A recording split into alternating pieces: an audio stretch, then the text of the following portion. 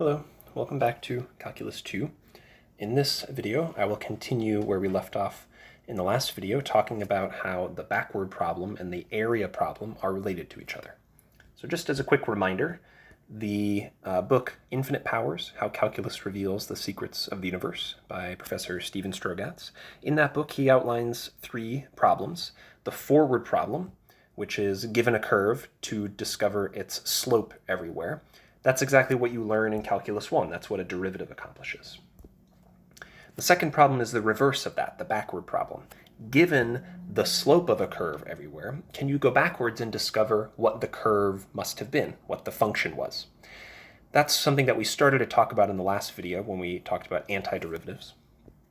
And then in problem number 3, the area problem, given a curve, we are asked to find the area under a section of it, between two endpoints, for example. And we talked about that a couple videos ago, and we motivated how if the curve itself is the velocity of an object, then the area underneath it is the displacement of that object. And my goal in the next video or two is to describe how problem 2 and 3 are actually exactly the same problem.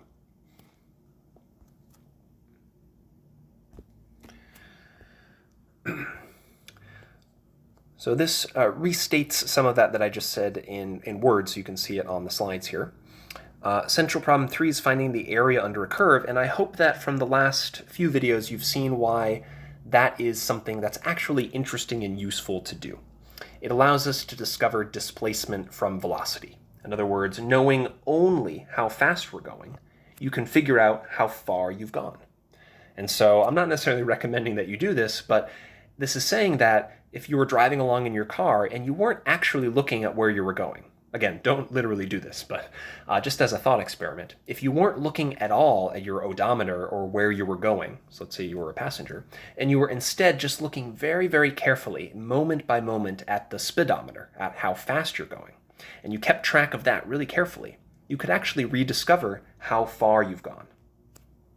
That's what the area problem accomplishes. And I keep talking about velocity and displacement, but those are just two specific examples of a much, much, much more general idea, which is if we know the rate of change of something, then we can discover the total amount or the total amount of change in that quantity. If you think about it, the velocity is the rate of change of your position. And how far you've gone is the total amount of change in your position. So this idea we keep using of velocity and displacement is just one example of a more general idea. And I hope this will convince you that calculus can be really useful in lots of areas, in particular a lot of scientific disciplines, where you might have a function or some data from a lab experiment that represents the rate of change of something. You know, like how the rate of reaction of a certain chemical reaction, for instance. And you can discover how much of your product has been made by exploring the rate of change of the reaction. So as it turns out, that central problem number 2 of finding antiderivatives, the backwards derivative problem, turns out that's actually the same.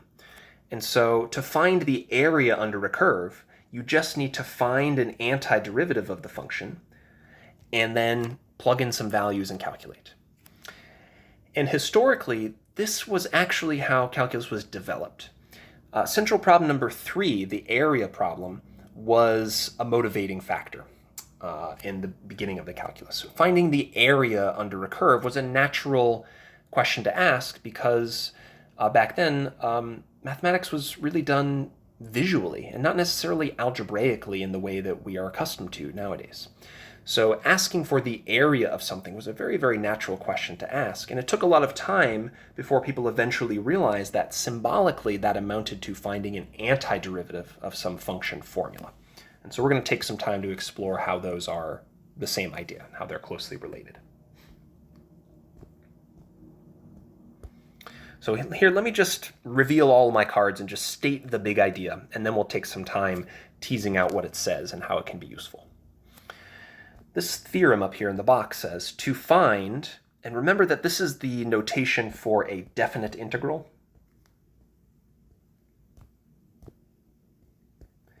And this says, in symbols there, the area under the curve f of x between the endpoints a and b. So if I have my function f and its graph is something like this, and then I look at the endpoints x equals a and x equals b, and those are kind of the left and the right sides of this region, then that whole integral, that definite integral notation, represents the area under the curve between those endpoints. And as it turns out, what this theorem is saying in the box is that to actually evaluate, to calculate that, all you really need is to plug those endpoints b and a into a function that is an antiderivative of the original function, little f, that you started with. Try to take a moment to appreciate that, how amazing this is. To answer this geometric visual problem of the area under a curve, we can do something symbolic, something algebraic, and then crunch some numbers. That's the power of this and why it's called the fundamental theorem of calculus. It's so fundamental and important that we give it that name. And by the way, I guess this finally shows you, I haven't given you why yet, but this is the what of the theorem. This tells you how the two problems are related. To answer an area problem, we just need to find an antiderivative, the backwards problem.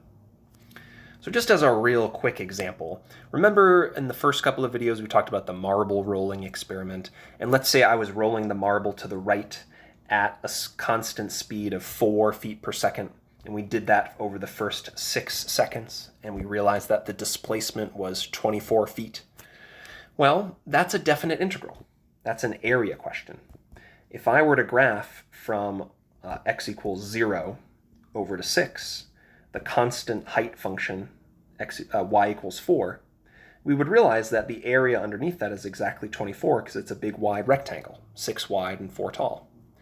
But in terms of this fundamental theorem of calculus, another way to see that would be to start with the function f of x equals 4, to find an antiderivative, like 4x. Notice how if I take the derivative of 4x, I get back 4. And then to plug in the endpoints, 0 and 6, into that antiderivative function. So if I plug in 6, I get 6 times 4, 24. If I plug in 0, I get 4 times 0, or 0. And remember that this box, in the theorem box up here, says to subtract those. Do f of the right endpoint minus f of the left endpoint. So I'll finally do 24 minus 0, and I get 24. Hey, that was the answer we expected. Great.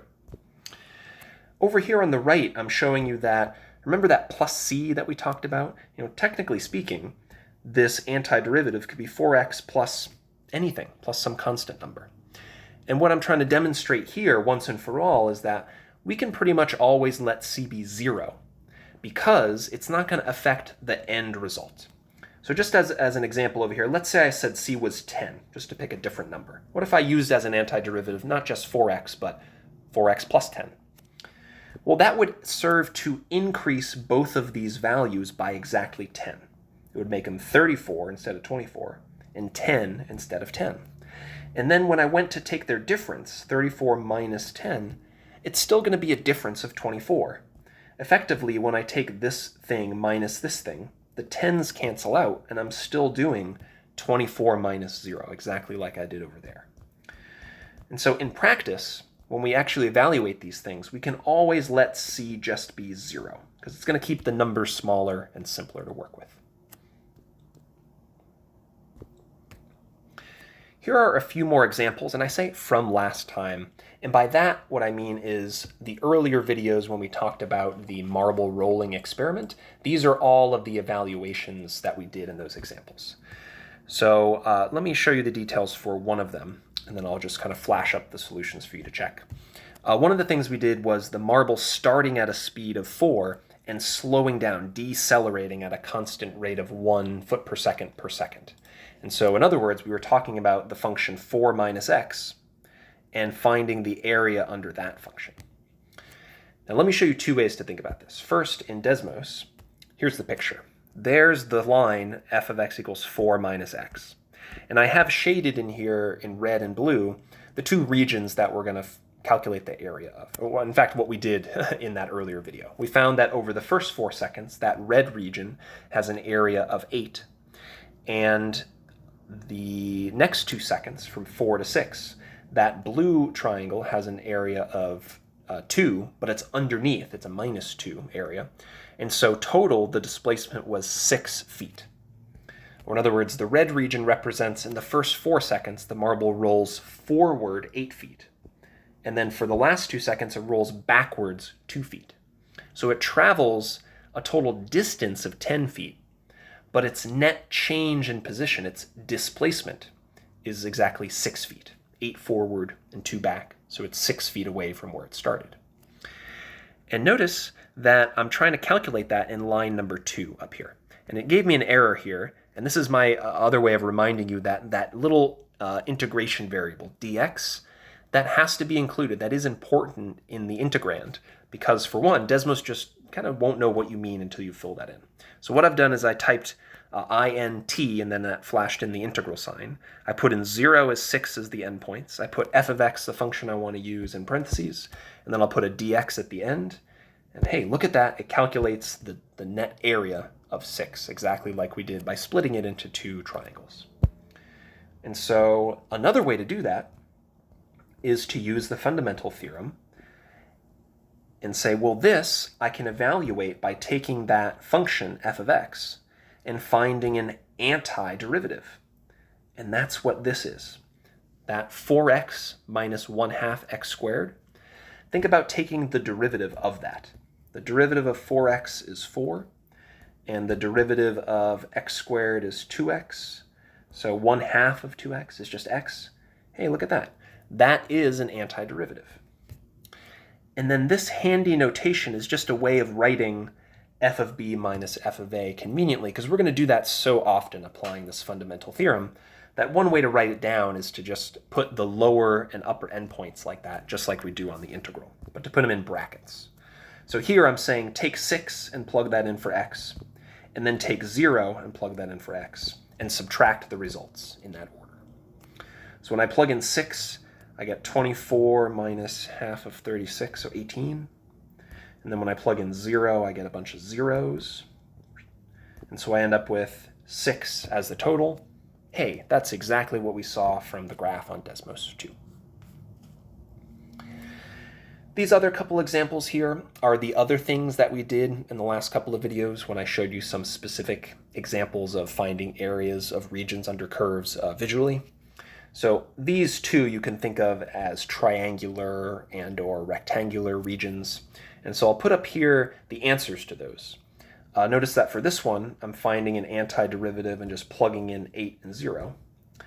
But for the second one, when I see those absolute values, I would recommend actually just splitting the integral into 2 pieces. Instead of going from 0 to 8, oh, whoops, I just noticed I forgot those absolute value bars right there that I should have had. So instead of thinking about how to find the antiderivative of an absolute value function like that, just remember that absolute value kind of means nothing when the stuff inside it is positive, and it means take the opposite when the stuff inside it is negative. So that's why I've split this integral at x equals 5, because, t, I forgot to have a different variable. So when t goes from 0 to 5, 10 minus 2t is always positive, so I can treat the function as just itself. But when t goes past 5, the stuff inside is negative, so the absolute value serves to negate it, to make it its opposite. And so that's why 10 became negative 10, negative 2t became plus 2t. And then I can apply the same old fundamental theorem to both of those pieces. And I'll let you check the calculations here. This specific integral right there should work out to be 25. And this one here should work out to be 9. And so you end up with a total of 34. For problem number 4, that was the area under the parabola. Remember that we went through the whole derivation of writing down a Riemann sum using an arbitrary n number of rectangles. And then I passed off the work to Wolfram alpha to get an expression involving n that we took the limit of, and we got 128 over 3 after all that. Well, here is a much easier way to do that. Just find an antiderivative. 16 becomes 16x, x squared becomes x cubed over 3, and then just plug in the endpoints of 4 and 0. Crunch a few numbers, and you end up with the exact same total, 128 over 3. Now finally, for the last one, I'm going to put the answer up here, but I'm going to say something about it. Remember that this integral we did up here, the answer we found was based on recognizing that that function is the graph of a semicircle. And from 0 to 4, it was asking for the area of this top right quadrant. So we ended up with pi r squared and then a quarter of that because it was just the first quadrant. And so we ended up with, I think it was just 4 pi after all that. Well, you can solve that integral using an antiderivative, applying the fundamental theorem of calculus. But in fact, that circle quadrant idea is way, way, way easier. And it's actually quite a bit of work to realize that the antiderivative of that square root function is, what the heck, this combination right here with the root and the arc sine, the inverse of the sine function. Where did all that stuff come from? Phew. Well, we're going to spend a little bit of time later in a couple weeks talking about that. And I will say that you can do that this way. You can plug in 0 and 4 into that complicated looking function there in the red box and come up with the same answer.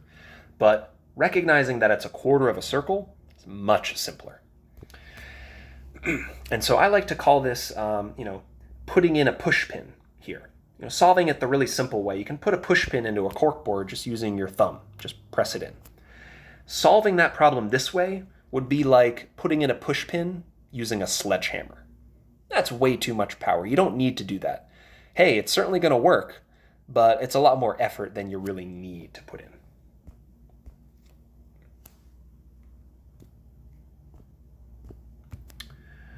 All right. So let me just outline a plan for how we're going to tackle this, and then we'll go through that in the next video. What I just presented there is the gist of the fundamental theorem of calculus. It says that problems 2 and 3, the backwards and the area problem, are the same because it says you can evaluate an area, an integral, by finding an antiderivative and plugging in the endpoints and crunching some numbers. So that's the sense in which the two problems are the same. To solve one, you can solve the other.